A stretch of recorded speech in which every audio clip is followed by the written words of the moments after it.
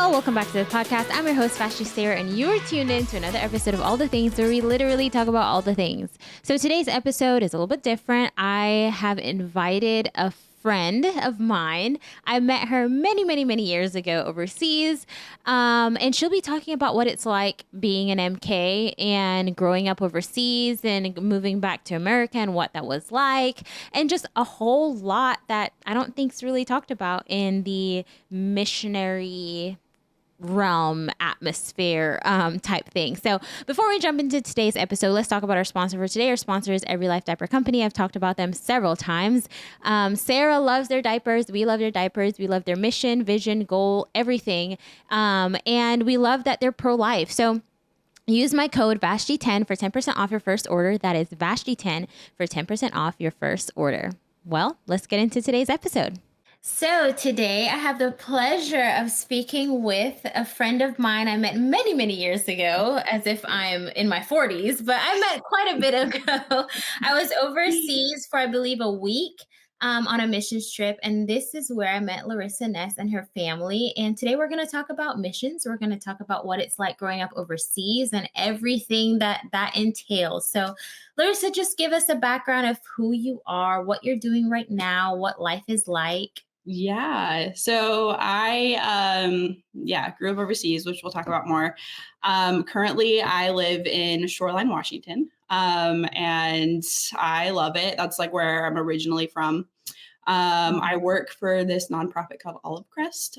So they work at getting foster kids into safe homes. So I do like a lot of their kind of background programming, HR related stuff. Never thought I'd be in HR, but it's been kind of fun. So yeah, so I've been doing that for a year now. And yeah, so it's been good. That's really cool. And well, let's just jump right into it. So you're in your stateside, you're Yes. working, you have a whole life here. How was growing up overseas, and at what age did you grow up overseas? Yeah, so I was 2 when we moved to Zambia in Southern Africa. Okay. So that was like 1999, I think. And then essentially I was there from age 2 until I graduated high school, age 18.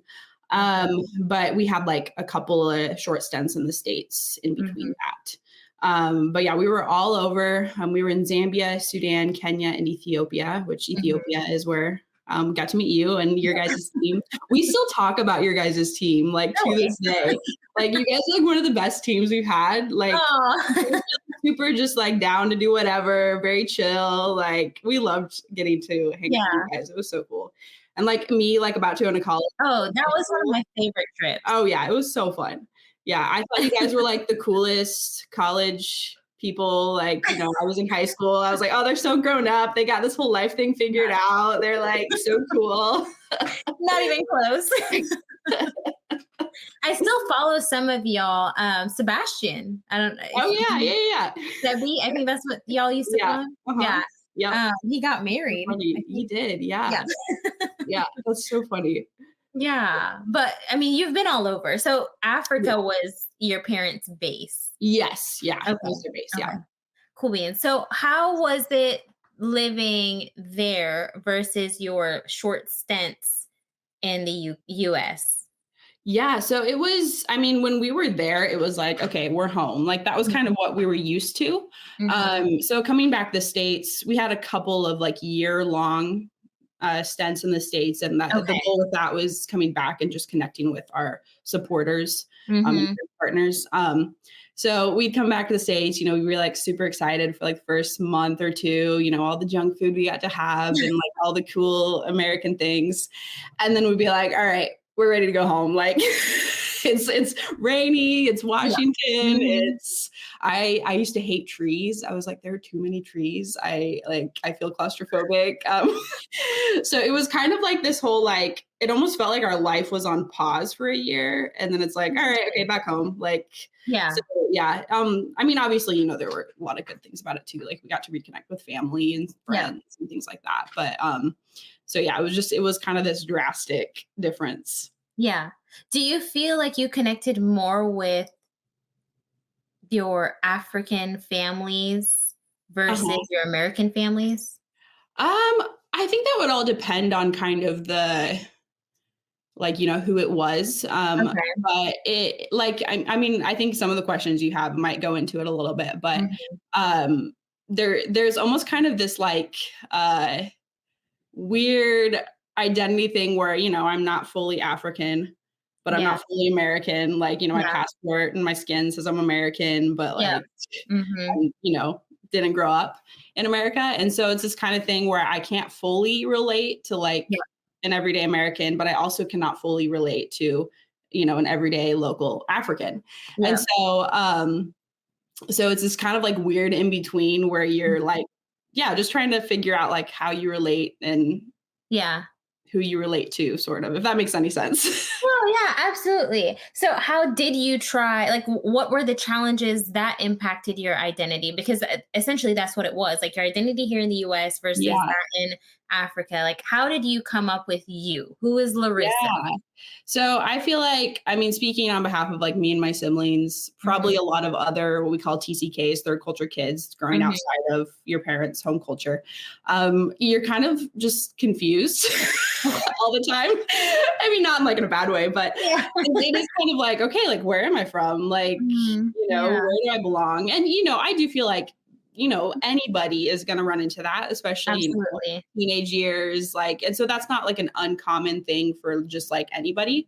Hmm. But we would like, yeah, anytime someone would ask like where you're from, like your heart starts pounding. You're like, okay, how do I answer this? What Like, do I say? what do I say? Like, I feel like my answer to that question is honestly morphed over the years. Like, Okay. we lived in Zambia for almost 8 years.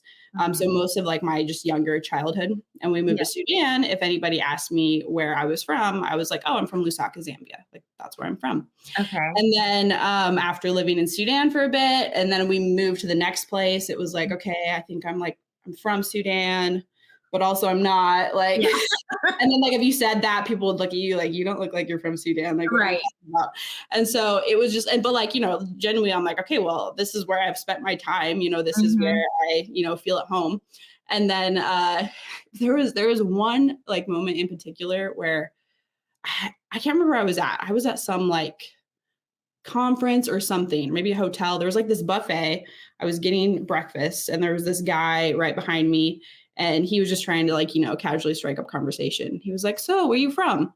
Literally, I like my mind went blank and I was just like, and like he was kind of like, okay. I'm like, he just kept going on. And Right. I was like, oh yeah, I've just lived in a lot of places. So yeah, I think over time though that question has morphed. Like now I'll just say, originally from Washington State, but grew up overseas. If people want to ask more, then they can ask more. Right. Um, They'll ask. yeah. So Yeah. yeah, because I used to be like, oh, I'm from Zambia, Sudan, Kenya, and Ethiopia. And people are like, okay, that's too much. um, That's so great. I thought I'd simplify it a little bit for Yeah. everybody. And what language do you know a lot of? So, yeah, I'm like, I was pretty conversational in Arabic while we Mhm. were living in Sudan. Ethiopia, the main language is Amharic. I mean, Yeah. I learned enough to kind of like get by in like a market setting or something, but Yeah. yeah, I've forgotten a lot of both. Mhm. Like I would hope they would come back like if I was like back in country or something. Right. But yeah, English. I'm currently trying to learn Spanish. No way. Yeah. Are you planning to go back or go to a different country?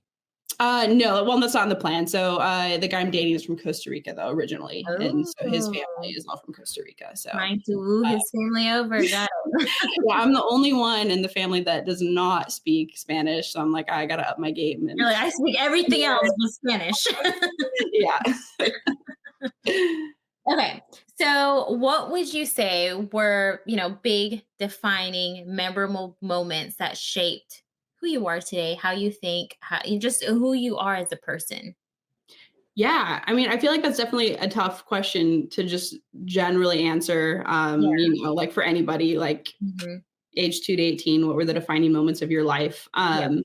I mean, I will say, I feel like each country I lived in just brought different, different things, different Mhm. defining moments.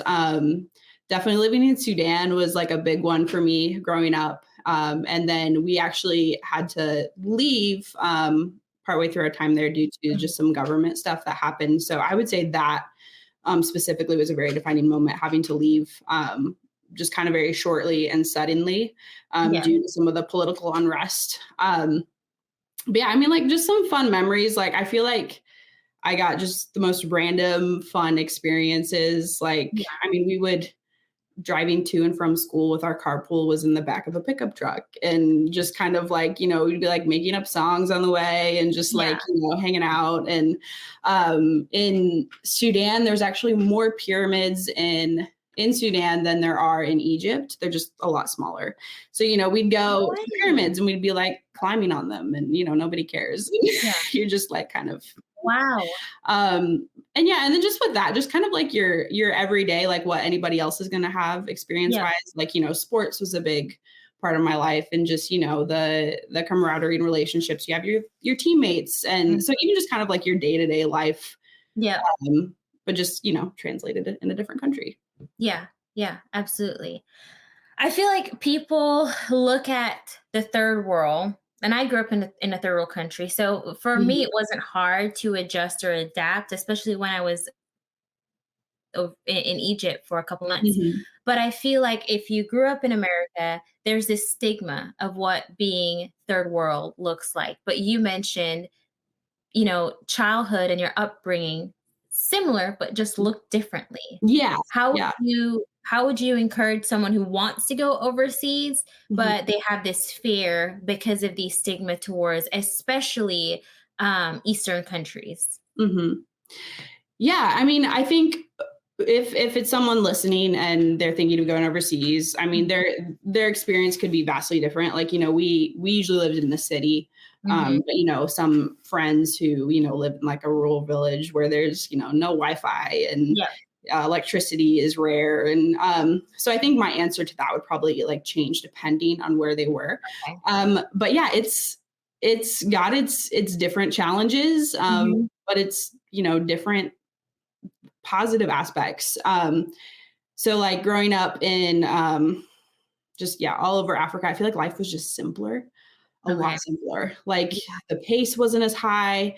It wasn't, like people just made time for each other. Like, you know, you'd go to the local market to like pick up some tomatoes and, you know, he's not like, you know, on time trying to like get your tomatoes for you. He's, you know, striking a conversation. And so, yeah, I think there is just that element of adapting. Like it is depending on who this hypothetical person's background is.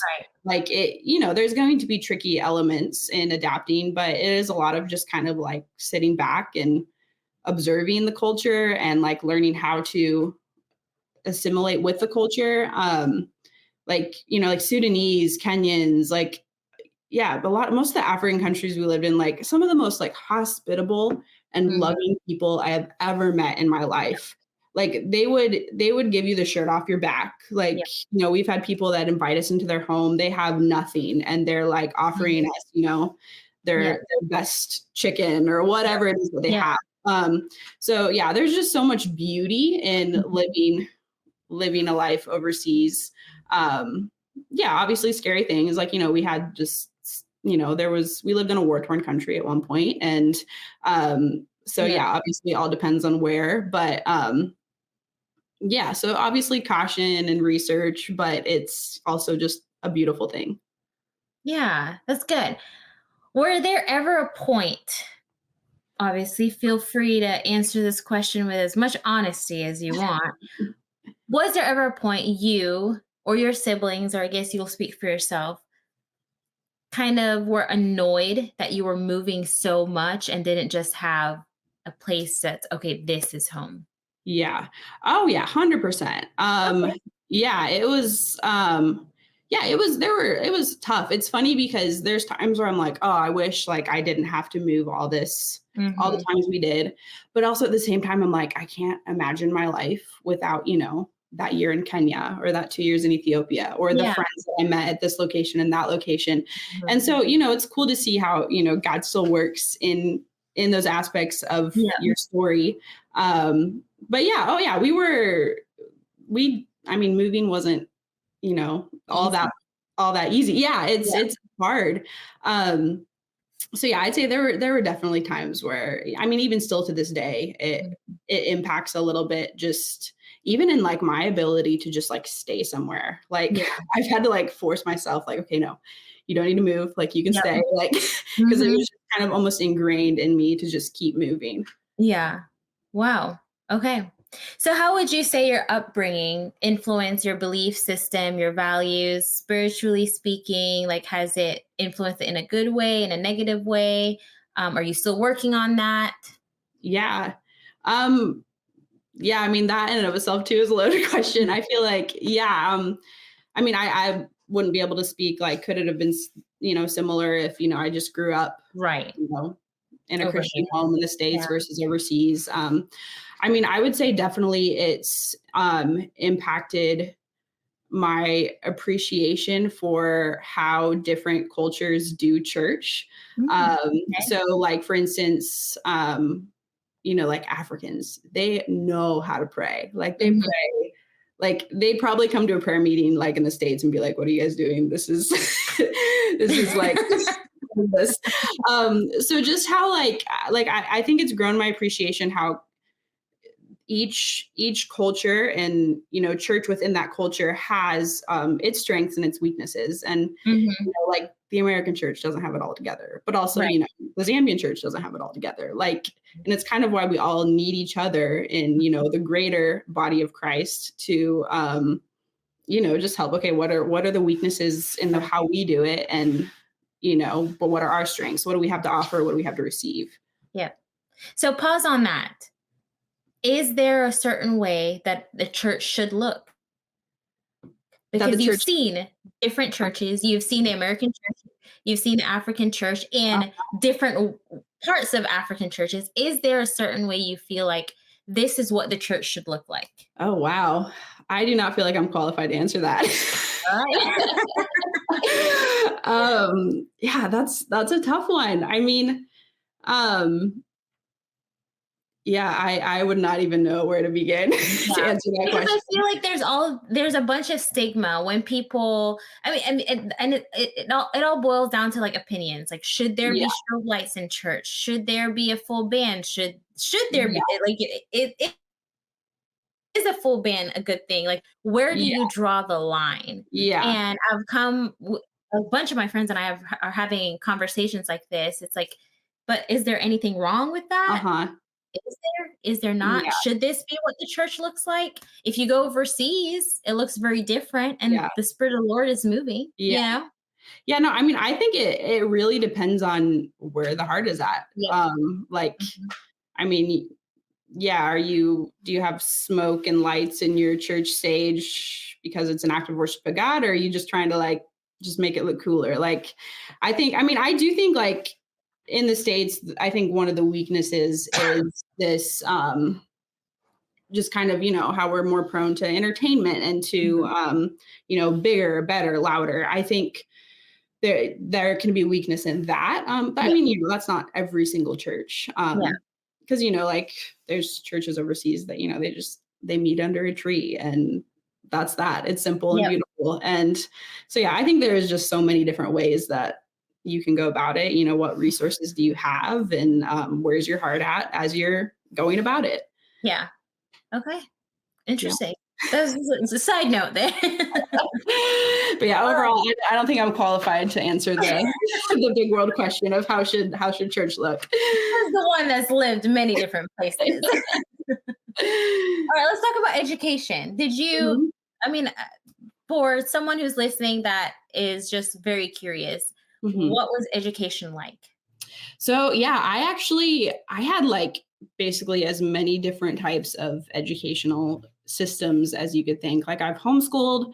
I mean, I've done public school the few times we were in the States. I did international school, international Christian school, both American and British systems. And then Mhm. I also did boarding school, which is probably one of the more like unique ones Right. to maybe Yeah. the average listener. Right. Um, which it's funny. I feel like there was always a stigma for boarding school here that Yep. like you're really bad if like you went to boarding school, but like that wasn't the case. um, so yeah, I was like all over the board with education. Okay. Okay. Were there any significant language barriers whenever you at least were overseas? Mhm. Yeah, so all of my experience was Mhm. all in like English was the English. taught language. Okay. So I mean, I'd say like the only barriers were maybe, like out on the playground when all your friends are speaking Yeah. Arabic and you're like, don't quite catch everything. Mhm. But all of the actual like educational portion was in English outside of like your specific Arabic or Amharic classes, just as you'd have in the States, like French or Right. Spanish or whatever. Um, so yeah, I think in that regard, there wasn't like a barrier. Yeah. I was my 8th grade year in Sudan. I was the only native English speaker in my class, which I actually loved because it was Mhm. just, I felt like I was just more in the culture that way. But yeah, no like educational language barrier. Yeah. And it's same pace that you're learning as if you would in the United States or in the US. Um, not, I'm trying to think. Probably different. I mean, I think in Sudan, maybe it wasn't as like intense, maybe as it would have been in the States. Mhm. But then, in high school, my junior and senior year in Ethiopia, we did the British system, and that is like way more intense than It is. like your average like public school, Yeah. which yeah, like in the time was like really hard, but it also like prepared me really well for college, like Yeah. writing a paper and research, like that was like already stuff that I was having to do a lot. And Yeah. that kind of just helped make that transition a lot easier. Because yeah, Yeah. the first years of college, I was like, oh, this is like so easy compared to Yeah. what was happening. Yeah. So again, like I feel like it kind of fluctuated depending on what educational system I was doing at the time. Yeah. Were there ever a point where you just felt alone and different and either in the US or back in Africa? Was there just ever a point where I don't fit in? Oh yeah. And yeah, and like again, I feel like that's also too like what is the normal like American experience where I feel like that's like the big question in middle school, like Mhm. like how do I fit in? And so I feel like that's, not necessarily unique, but maybe just Mhm. came about differently. Like I said, sometimes in school, like being the only native English speaker, there's stuff that I didn't quite pick up on, like Yeah. jokes or whatever. I think I probably felt it more though in the States. Okay. So like my 5th grade year was in the States, and Mhm. yeah, and that was a really tough year. I like, didn't fit in. It was very like, I Mhm. just didn't understand the culture very well. Um, but yeah, but there were aspects though where it was great. Like middle school in Sudan it was awesome. And I had a really good middle school experience. It was funny though, my first 2 weeks of 6th grade though was spent public school in the US because we were having a hard time getting our visas. So we didn't know Yeah. when we were gonna go over. So, but yeah, I always say that was the worst 2 weeks of my life. I'm like, no wonder everybody here hates middle school because that was terrible. I was like ready to peace out. And Oh, wow. and then the rest of my middle school experience was fantastic. Yeah. Okay. And would you say it was the same for your siblings too? Um, yeah, probably similar. I mean, like my sister and brother, we came back to the States kind of when they were finishing. Yeah. When my sister was finishing up high school, and my brother had a couple of years of high school in the States. So yeah, for them, it would probably depend on kind of what year True. they were at. But yeah, I would say overall, from at least what I've gathered from what they've told me, is Mhm. yeah, stateside was definitely more difficult in kind of being able to fit into the culture and everything like that. Yeah. Would you say it was hard for your parents, families, or like your grandparents not having y'all around as much? Or was it just, this is what the Lord has called us to do? It's sad that we don't see y'all as often, but we get it. Yeah, I think so. I think probably more at the beginning, especially when we were really little, it was a lot Yeah. harder. Because like we lived with my grandparents for a little bit before Mhm. going over, and and when you're really young, and you just grow up really quick. From like birth to 5, you change so much, and so Mhm. it's definitely hard because 3 years during that time, 4 years during that time is so different than like Yep. age 20 to 23 or something. Yeah. And like later on when like Skype and FaceTime was more common, then it was different. Yeah. Yeah. I mean, on my dad's side though, my grandparents, they were missionaries in Kenya from like the late 70s until 2015. And so for them, you know, we would be like Christmases and summers in Kenya. And so we got to see my dad's side of the family a decent amount, since they were all, or most of them were also living in East Africa. Yeah. Wow. Okay. So let's talk about growing up in Africa and the families that you created friendships with. What was that like? Were you able to create good local friendships? Mhm. Or was it just mainly with the teams that you worked with? Mhm. Yeah, so, there was a mix for sure, Okay.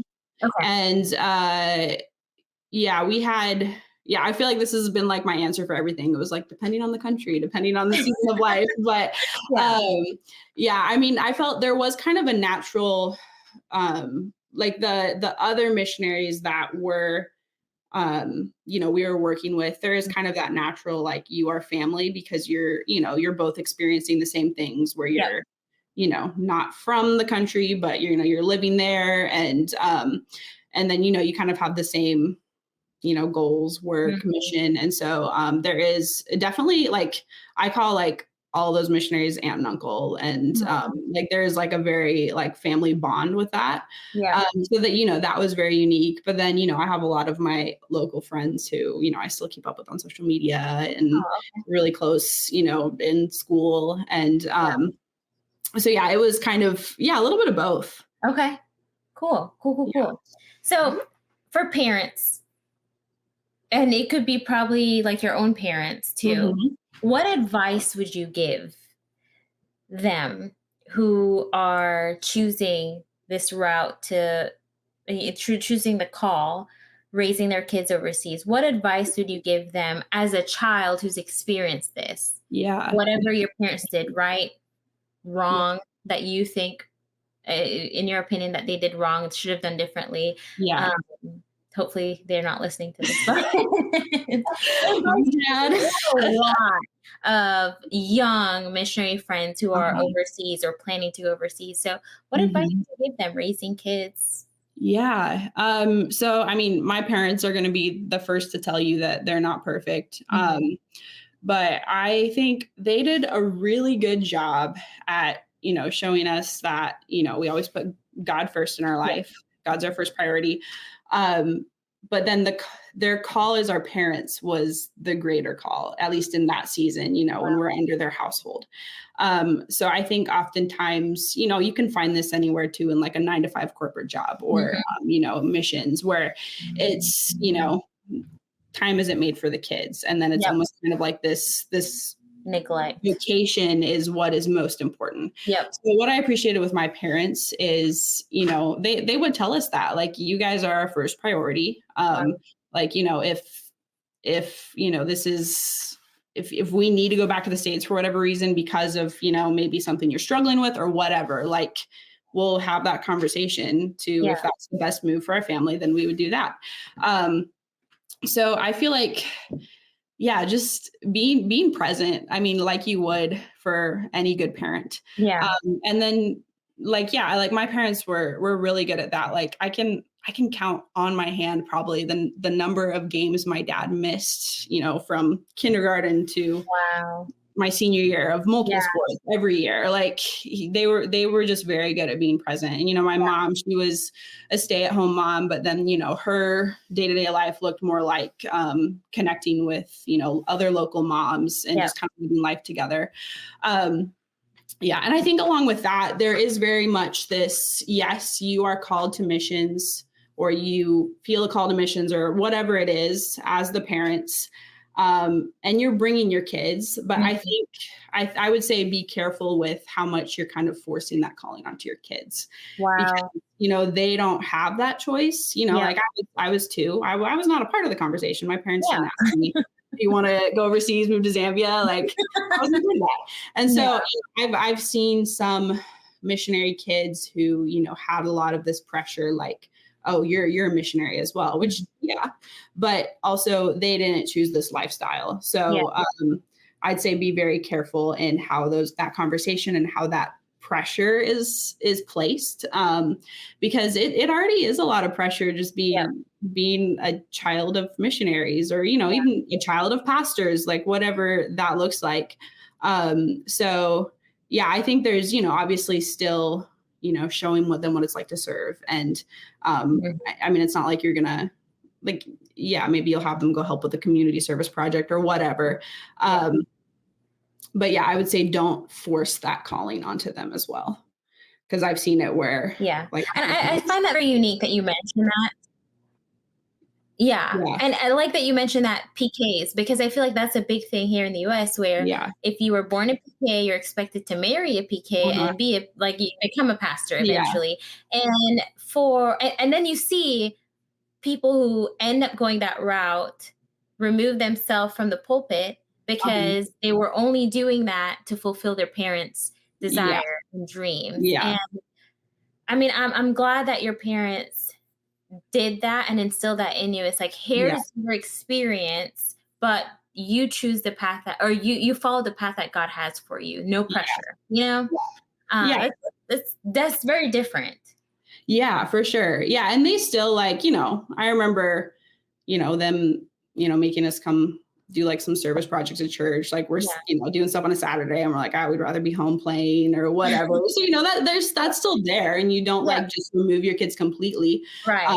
But removing that pressure. And with that, just being very, being very present and very attentive to, what they're going through, like how's school going. And like, I know so many missionary kids who are bullied for, being different, and for, so just being attentive and being there, and, but also being gracious with yourself as parents, because, you're navigating that change as well in that transition. Interesting. Okay. So moving back to the US, how long have you been home? I've been back in the US since 2015. So almost 10 years now. Okay. What was that experience like for you? Because living is different from visiting. So was there any culture shock moving back to the US permanently? And did you ever feel like confused, conflicted? This is not, my home. Yeah. So we came back, after I graduated high school. My whole family, we came back just under some kind of, we had some just sort of traumatic experiences. So we were just kind of trying to take some time to find our footing. So it was a very unique, I think, experience in that regard. So my first year back in the States, my family was here, and I took a gap year, and I worked at Chick-fil-A. I learned how to call my bank, and just kind of all these things that you sort of miss out on overseas. Just kind of like your day-to-day adult living things. Like relearning how to drive and all that. So I feel like that was definitely very, really good for me to have that year to just kind of learn what it means to be an adult in the US. And so, and then I went to college after that. And I would say it was really tough. Like there were so many days where I'm like, I want a piece out of here. Like, I want to go home. Like, I don't like it here. And it's funny, like even the little things, like Walmart is so overwhelming. Like when you have been in a third world country. Like I have this picture of one of my other missionary kid friends. We went to Walmart together, and she's just like zoned out. Like you can tell, just took everything out of her, all the colors and everything. But anyway, so it was, I feel like for me, the pivotal point was, my sophomore year, I decided, I was like, you know what, I need to make some like local American friends. Because at that point, all of my friends were, kind of similar to me. Third kids are from other countries. And, I still kept those friendships. It wasn't like a ditch them kind of a scenario. Right. But I knew I needed to add some like local Americans in my circle if I was ever going to like appreciate the culture and actually like it. I feel like once I did that, that was like a huge change for me in being able to kind of, like it and feel more comfortable. What about the American culture do you not like? What do I not like about American culture? I feel like it's so mean to say something. know. That's a hard one to just answer off the bat. And I mean, you know, I also like, I was going to school in the South, and then now I live in the North. And even between that, there's just a huge cultural difference. I mean, I know for me, it was tricky. I wouldn't necessarily like say I hate this, but it was tricky learning how to do relationship, because in my experience, more so as a third culture kid versus, you know, American versus not, was you don't know how much time you're going to have with your friends. Like they could move at any moment. And so you go deep quick, like, you know, day 2, you're already like, all right, what's your biggest life trauma? Like, life you're just like diving in. And so I think for me, something that I had to get used to was, that isn't like typically how American culture works. It's a lot of just like, it's more time rather than kind of that depth. And it's more like just showing up time and time again that creates that space for that depth to happen. And so like for me, like I hated like surface conversation and like that stressed me out. And but yeah, just kind of learning what that looked like and how to build relationship in this culture. Yeah. No, I completely understand. When we moved here, I obviously major culture shock. We visited all the time because we have a family, but living is very different than visiting. And big stores wore me out. And it's like, wow, this is wild. So many options. Yeah, like 100 brands of toothpaste. Like, do we really need this? Same purpose. Just all I want is to clean my teeth. And then the travel time. And everyone's in a rush, and I couldn't understand why everyone's always in a rush. And we're just quick to end a conversation to go on to the next thing. And those were, I would say, the biggest culture shock for me. 100%. And I've adapted some of the American, like being on time, which is important, and getting to places. But I've also have been learning to balance, because one extreme or the other isn't good. So finally finding that good balance where I value people's time, but I'm not rushing where I don't get deep and have quality conversation. Yeah, no, the time thing is a huge one for me. Like that one has been so hard for me. Even today, like I struggle with it. I'm like, oh, okay, I need to be there at 6:30. That means I leave my house at 6:30. Like I live like literally like a 30-second walk to my church, and I don't know how, like I'm always like 5 minutes late. You grew up in a third world country. That's why. Okay, so as we're wrapping this up, I will just finish with this one question here. Looking back, what would you say were some of the most valuable lessons that you've learned growing up that you'll carry with you? And I guess if there's one thing that you could leave with listeners, what would that be? It could be related to this topic. It could be something the Lord's placed on your heart. But what's one thing you want to leave listeners with? So back to the just valuable lessons growing up overseas. I mean, I think a big thing is just not one culture is better than another. And just, every culture has their good and their bad. And I think it's very easy for us to get very, what is it called? Not egocentric. What's the word? Basically my culture's better or whatever. I think, just learning to see the beauty in every culture that you come in contact with. And then, I think my personal missions experience involved a lot of change, a lot of moving, friends coming in and out. And I think for that, it just made me really appreciate how the character of God is, that he's the same and he's consistent. Wow. And so I think for me, that's something that I lean on a lot. Like, okay, like, I'm waking up in a different country or have a different friend, and, but still with that, like God was with me in every single one of those transitions, and he, was still the same. And so that's definitely something that I carry with me through all of that. As far as just what I could leave with listeners, say no matter where you're at in whether you are in relationship with God or not, or if you're an atheist, like whatever it is, if you're questioning God, just keep leaning in, ask him the hard questions. He's not scared of the hard questions. And if you don't hear a response immediately, just keep leaning in. I can promise you will not be disappointed. Yeah. Just keep leaning. Yeah, that's something that's been huge for me lately. Yeah. Keep leaning in. Yeah. And I'm glad you mentioned no matter what area of your life you're in, God is present, because a lot of people might not be moving, from country to country, but they're shifting from season to season. Yeah. Everyone is. But if we can just remember that God is present as you're going, that I feel like that allows us to walk in more peace.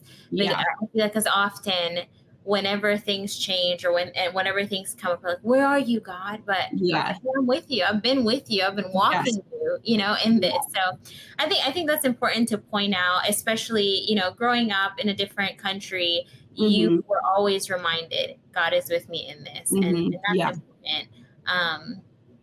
And all your life experiences, God was in it. And it's cool to see how where you are now, you have stories to tell. You'll have stories to tell your kids. Yeah. And who knows where the Lord is going to take you and your future husband someday. But I'm sure it's a powerful thing, whatever God has planned. Yeah, no, I'm excited. Yeah. I'm loving living in Washington. So I never thought that would happen. So Wow. I think I'll probably stick around here for a while.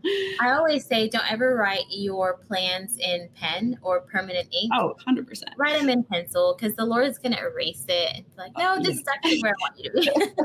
Oh yeah. I never in my life would have imagined that I would be like enjoying living in the US. Like never. And here I am, like, love it. Alrighty. So as we're wrapping this up, Marissa, just thank you so much, for carving out time in your day to talk about what it's like growing up overseas, a little snippet of your life, who you are, and maybe we'll have you back on talking about something entirely different, what God's doing, what God's placed on your heart. But for now, thank you so much. And I guess we'll hopefully see you another time. Yeah. Thanks, Vashti, for having me. All right, y'all, that's it for today. Before we exit today's episode, let's talk about our second sponsor for today. Our second sponsor is 7 Weeks Coffee. 7 Weeks Coffee is pro-life. They deliver and provide premium coffee for all our coffee lovers out there. So if you want to be a part of this great company who has a great vision, mission, and goal in life, use my code VASHTI10 for 10% off your first order. That is VASHTI10 for 10% off your first order. Well, I will see y'all next week, same time, same place, and enjoy your week.